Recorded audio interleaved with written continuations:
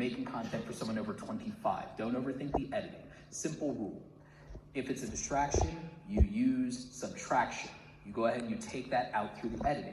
If it adds value, you put it in. You don't need fancy effects. If it adds context or adds value, that's a worthy edit. If it takes away distractions, that's a worthy edit. It's a minimalist approach and it's the right one.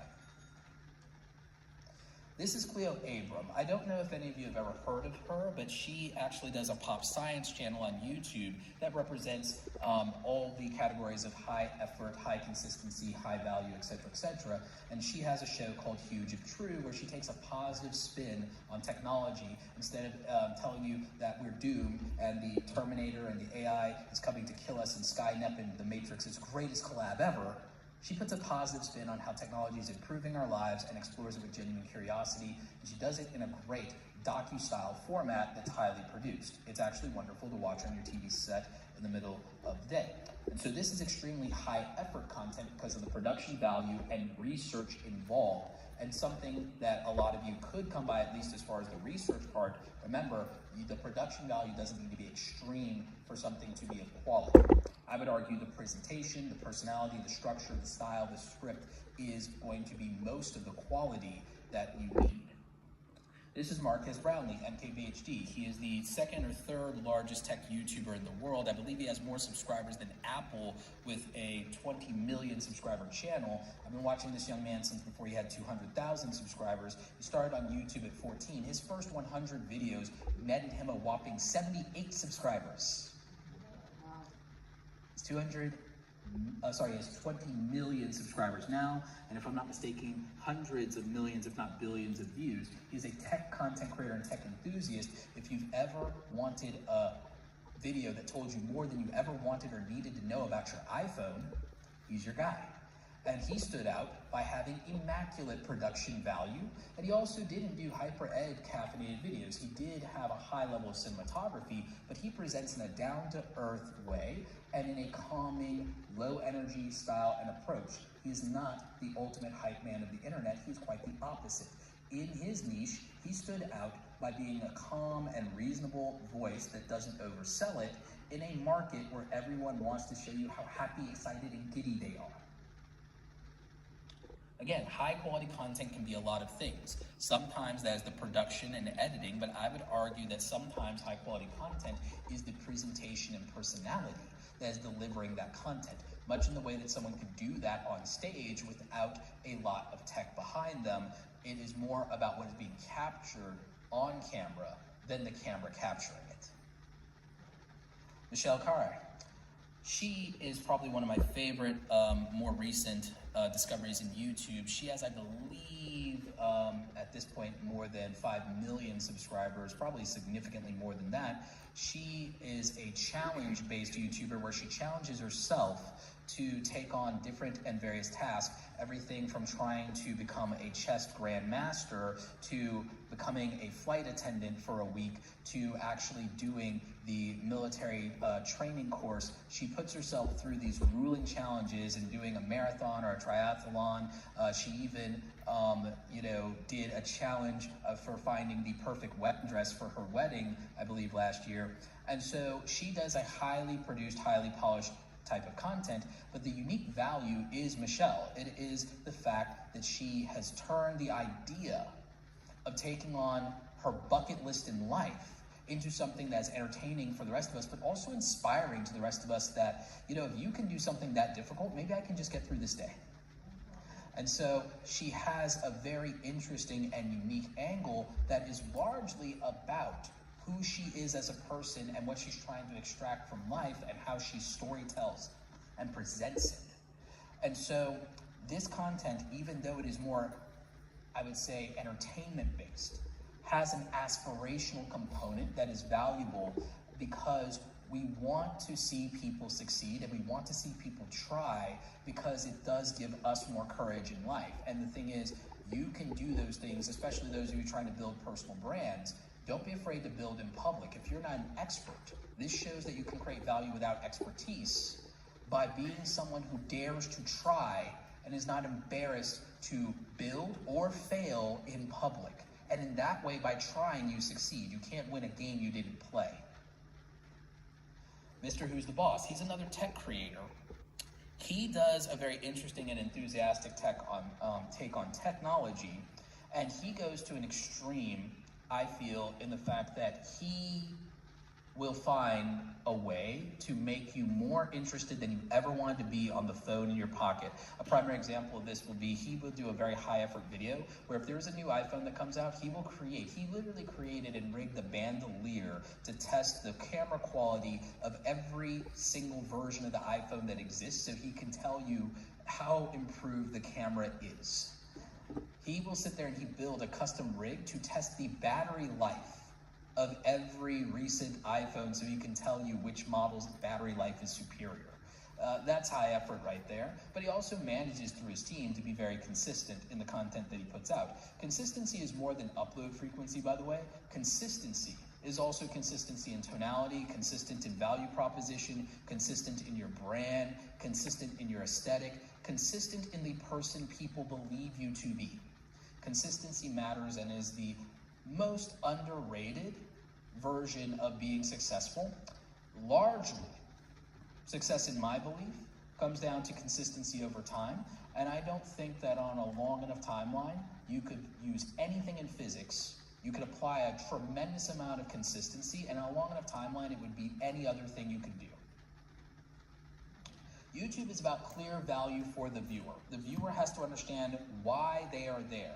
I would say that one of the most important things a lot of you could do is, one, if you're gonna name your YouTube channel anything, really short tactical trick, make sure that people can pronounce your channel, spell your channel, and remember your channel name. Very simple. But that also is about clarity. Being clear is more important than being clever. If there's ever an opportunity to choose between clear and clever, please choose clear. Now, content pillars. What topics matter to your audience? Titles. What ideas are too good to ignore, too fascinating? Thumbnails. What will be visually appealing to stop the scroll? Make sure you check out yesterday's presentation in the replays because I did go into titles and thumbnails, and that would be very important for you. Hooks. What makes us emotionally invested in the video? Help us validate the title and thumbnail that we clicked on. Offer some kind of upfront value. Open a curiosity loop. Keep us emotionally invested. And establish a storyline. Those are what hooks are. So if you're like, what are the hooks? Those are the hooks. And you want deep hooks. We have 8 to 15 seconds when we click on a video to decide if we're staying or not. Value for the viewers. Topic, title, thumbnail, and timing. This disqualifies you or qualifies you to get views in YouTube no matter what. Is the topic something I'm interested in? Yes or no? Does the title communicate that thing? And does it, in terms of the combination of title and timing, is it relevant to me right this moment as I'm experiencing it? Can this thumbnail reinforce that idea, and is the thumbnail representative of the quality I can expect from you? Your audience avatar. What are their psychographics? Who are they as a person? What is their identity? What does that say about their priorities? What does it say about the problems that they have? What does it say about the preferences that they specifically narrow their focus down to? This is extremely important. Signal versus noise. Most of you here are business people. Most of you here either are running a business, building a personal brand, or you work at a company. Who are the people you're trying to serve? What is the most important problem to them? What is your position in the market? Your position in the market is your relevancy to that person and the uniqueness that you offer. The problem that you solve is about urgency in most cases. All right, what does it cost to not have this knowledge? If you make a video, what is it I lose by not clicking on this video? That's what's going to make it a priority for me. If this video is addressing a problem or acknowledging a problem that is painful enough and it has urgency attached to it, it will be much more difficult for me to ignore. If you offer value in your product, and by the way, make no mistake, the content you deliver is a product. Content is the new consumerism of the 21st century, if you didn't know. Your product has to be something that is positioned uniquely to create value for your viewer and focuses on something they identify with as important, usually in the form of a problem. And it has to speak to them as a person and what they value more and what they value most. That's how you beat signal to noise. So, from a practical standpoint, what I believe from proper long-form content cadence, if I were to offer you a strategy sight unseen for any niche, I would tell you start foundationally with thinking about the 20 problems that your audience avatar has that are probably the biggest priority for them or represent the gap in their knowledge that creates the largest headache for them, the largest anxiety for them, causes the most stress. And then think of 5 ways to approach those 20 problems. And that gives you 100 videos that you could probably make right off the top of your head without a lot of prep work because you've encountered those problems 100 or 1,000 times over the last decade. Anything that, I'll give you a really simple hack. Anything you're tired of repeating, make a video about it. Anything that you've had to teach someone more than once, make a video about it. Any question that you've encountered more than 5 or 10 times in 30 days, make a video about it. And the next time someone harangues you with this thing that you think is obvious, make a video about it. And then every time someone asks you what you think is an obvious question or you think is beginner 101, you got a video to point them to instead of wasting your time. And so you can clone yourself in such a way that you would be the dominant force in your niche because you would have created value at a scale of volume that makes you undeniable as a subject matter expert and inevitable if they decide to pursue this line of information, they decide to pursue this industry, they decide to ever solve this problem. You need to do like your friend Roberto and make sure that there's no way in hell that if they care about this thing that they can ever escape you and your content. You need to be everywhere they go, every time until they cave in and get tired of you. Just remember, from our friend Steve Urkel, if you just keep showing up long enough, you win. Yeah, so again, if you're smart, so again, the clever idea that I would have for you is consider what it would look like to make 100 videos a year where you tackle 20 problems and you find 5 different ways to present that problem. A problem can be presented in a way of, what is this thing? Okay. 5 things to avoid for this thing, okay? 5 alternatives, so on and so forth. Here's a step-by-step. So again, it could be how to do this thing, how to do this thing step-by-step, how to do this thing in 5 minutes, 10 minutes, as little time as possible, so on and so forth. So again, just create value at such a volume that would be impossible for you to achieve your goal. Now, one last thing. I know Chris is telling me we're out of time, but I will take questions out in the hall for anyone who wants to talk about this further. And you can find me at Roberto Blake in all the places on social media. And if you want to ever work with me, you can find me at www.awesomecreatoracademy.com. And remember, slides, you got the QR code, make sure you use it. Thank you so much. Awesome. All right, so we're gonna do something special for the Q&A. You just mentioned it. So I'm gonna have Roberto out in the hallway out there. Please visit the vendors. We have Shure mics, we have AT&T, we have Irresistible, we have a lot of great vendors. Talk to at least 2 or 3 vendors. Is that cool if they go? Yeah, absolutely. And then, thank you, Roberto. We're gonna take a 10-minute break. We'll be back with our panel on how to get to 1,000 subscribers and be a thought leader in your industry. All right, 10-minute break. Thanks.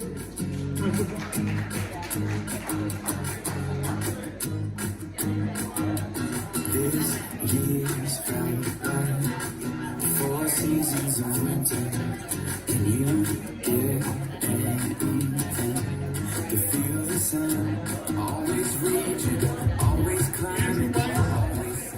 I need Andrew up here. We're setting up for the next thing. You are his child, and don't you forget. He put that hunger in your heart. He put that fire in your soul. There's no reason to keep on living. When you feel like giving up, when you feel like giving it up, there's no reason to keep on living. We could pull back the curtain of heaven, we would see his hand on everything, every hour, every minute, every second, it's always been cash out without paying. Hold on to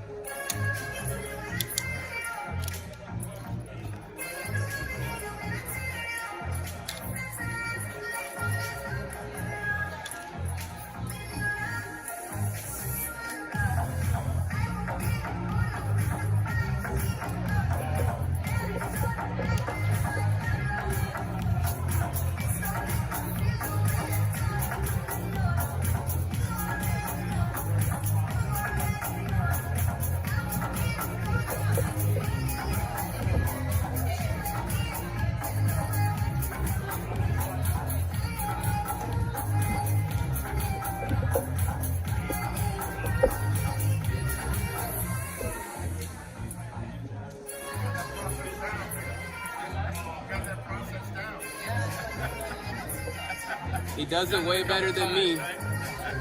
He taught me how to do that stuff really well. Pack up and go and be out.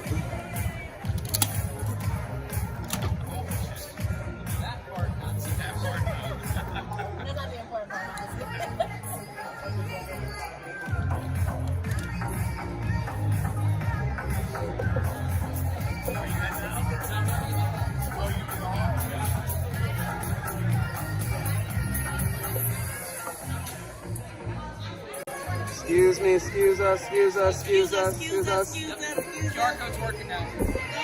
QR code's working now.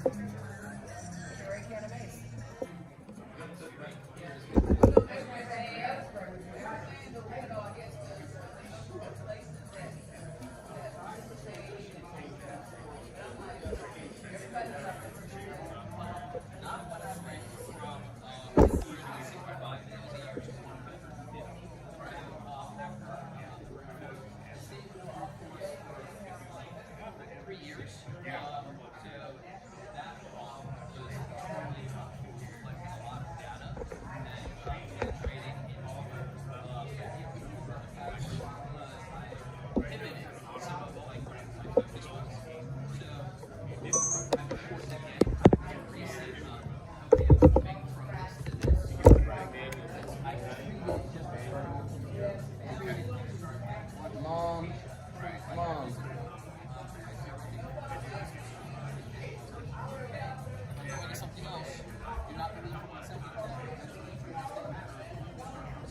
You look like you're walking blind. No, I knew you were walking blind.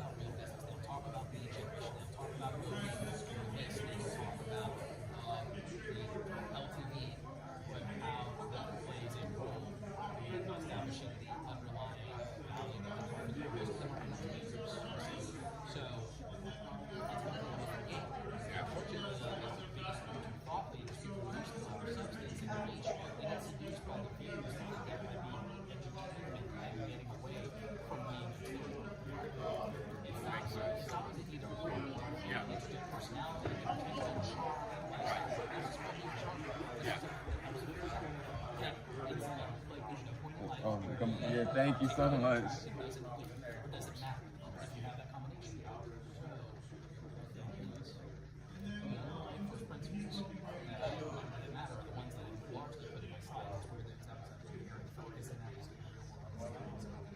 No, that was good. Yeah, it was very good. Yeah, I've seen that before.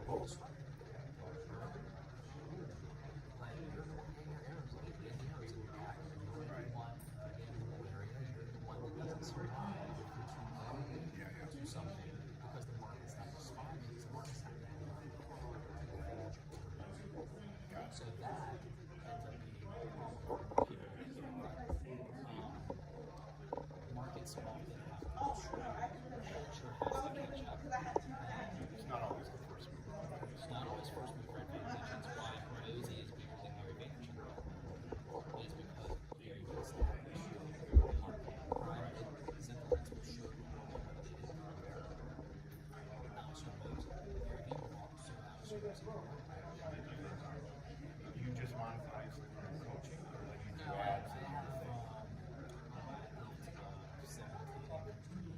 Yeah, fair enough.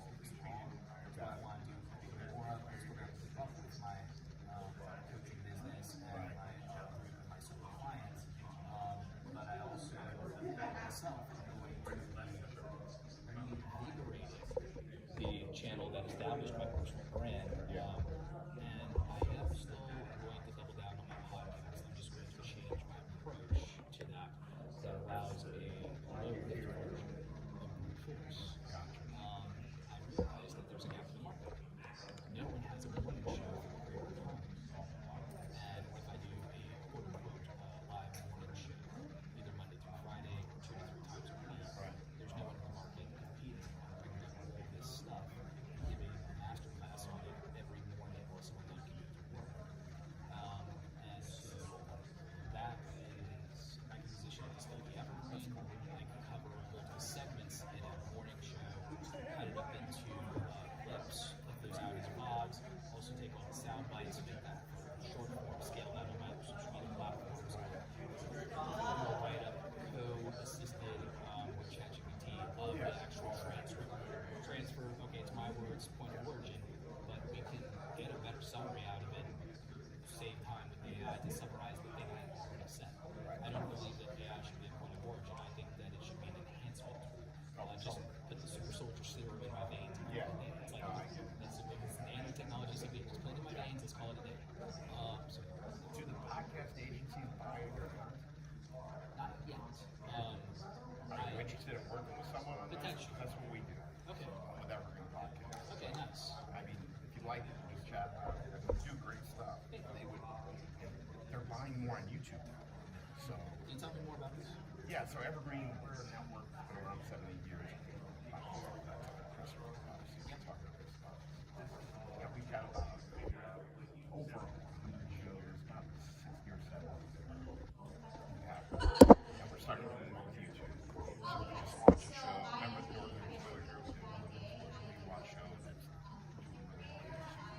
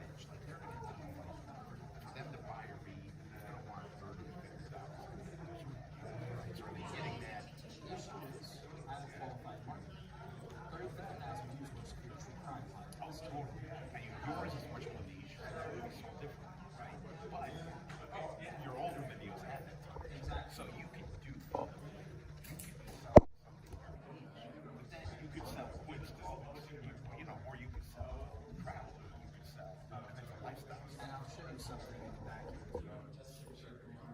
And I sometimes show this live to my viewers because I look at them as their students, because my approach to even this is I am looking to, this is, I'm going to show you something in the back end of the live streams. So these live streams I actually designed them for replay value because they're actually, I rebuilt the live streams for me.